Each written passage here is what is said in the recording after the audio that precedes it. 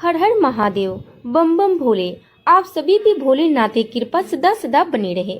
आप सभी से अनुरोध है कि कथा को पूरा सुनकर हमारे चैनल को सब्सक्राइब जरूर कीजिएगा, ताकि हर दिन हमारे चैनल पे सुनाए जा रहे सावन मास में की कथाओं का आनंद आप ले सके। प्रिय श्रोताओं, अब आप श्रवण कीजिए सावन सोमवार की व्रत कथा। पौराणिक कथा के अनुसार अमरावती नगर में एक धनी व्यापारी रहता था। दूर दूर तक उसका व्यापार फैला हुआ था।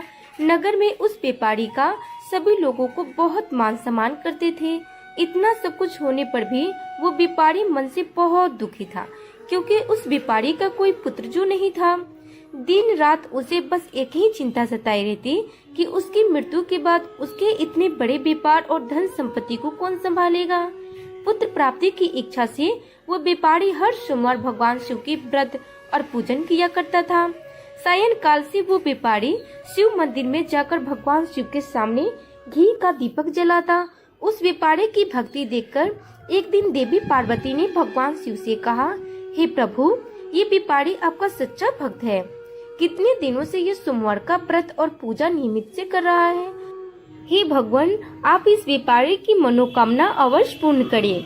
तब भगवान शिव ने मुस्कुराते हुए कहा, हे पार्वती, इस संसार में सबको उसके कर्मों के अनुसार फल की प्राप्ति होती है। प्राणी जैसा कर्म करता है उन्हें वैसा ही फल मिलता है। इसके बाद भी देवी पार्वती नहीं मानी। उन्होंने बार बार आग्रह करते हुए कहा, हे महादेव, हे प्रभु, आपको इस व्यापारी की इच्छा पूरी करनी ही पड़ेगी। ये आपका अनन्य भक्त है। हर सोमवार आपका विधिवत व्रत रखता है और पूजा अर्चना के बाद आपको भोग लगाकर एक समय ही भोजन ग्रहण करता। आपको इसके पुत्र प्राप्ति का वरदान तो देना ही होगा। प्रभु, देवी पार्वती का इतना आग्रह देखकर भगवान शिव ने कहा, देवी, तुम्हारे आग्रह पे मैं इस व्यापारी को पुत्र प्राप्ति का वरदान तो देता हूँ, लेकिन इसका पुत्र 16 वर्ष से अधिक जीवित नहीं रहेगा। उसी रात भगवान शिव ने स्वप्न में उस व्यापारी को दर्शन देकर उसे पुत्र प्राप्ति का वरदान दिया और उसके पुत्र के 16 वर्ष तक जीवित रहने की बात भी बताई। भगवान के वरदान से उस व्यापारी को खुशी तो हुई, लेकिन की अल्पवायु की चिंता ने उस खुशी को नष्ट कर दिया। व्यापारी अब भी पहले की तरह सोमवार का विधिवत व्रत करता रहा। कुछ महीनों पश्चात उसे घर पे एक बहुत ही सुंदर पुत्र उत्पन्न हुआ। पुत्र जन्म के व्यापारी से घर में खुशियां भर गई। बहुत धूमधाम से पुत्र का जन्म समारोह मनाया गया। व्यापारी को पुत्र के जन्म की अधिक खुशी नहीं हुई, क्योंकि उसे पुत्र की अल्पायु के रहस्य का पता था, लेकिन ये रहस्य घर में किसी और को मालूम नहीं था।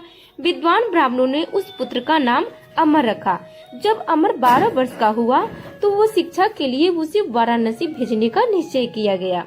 व्यापारी ने अमर के मामा दीपचंद को बुलाया और कहा कि अमर को शिक्षा प्राप्ति के लिए वाराणसी छोड़कर आओ।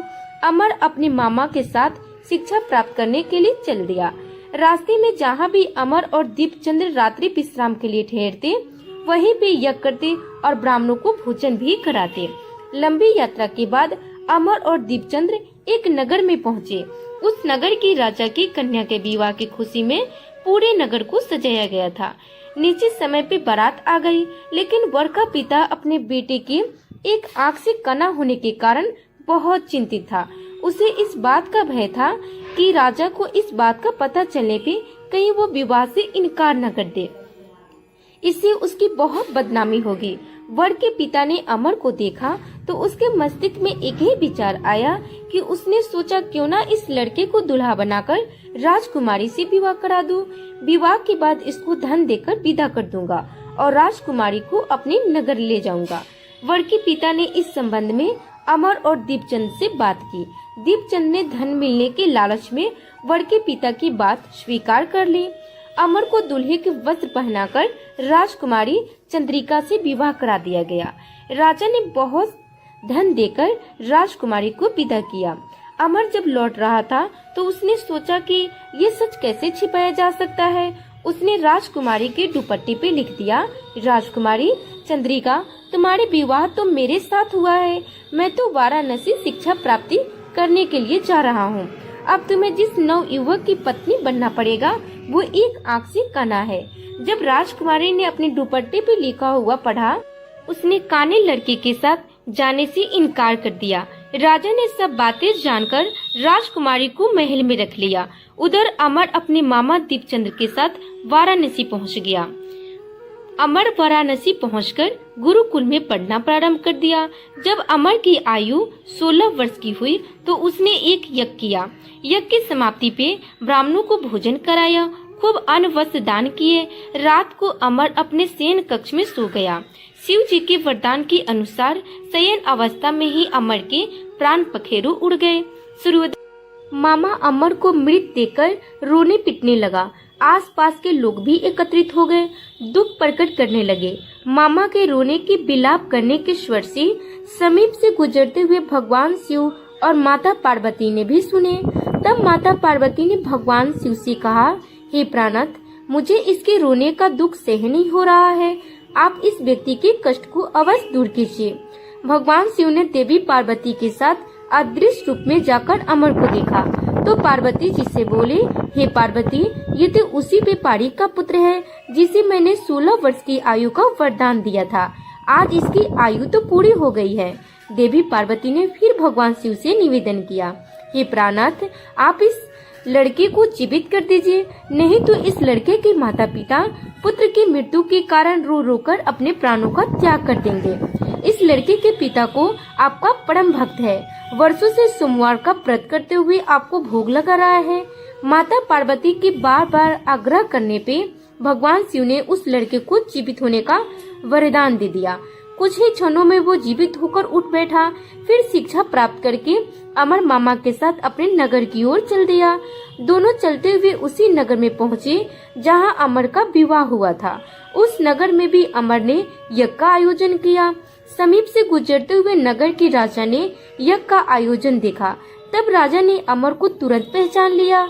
यज्ञ समाप्त होने पे राजा अमर और उसके मामा को महल ले आए और कुछ दिनों उन्हें महल में रखकर बहुत सारे धन वस्त्र देकर राजकुमारी के साथ विदा कर दिया।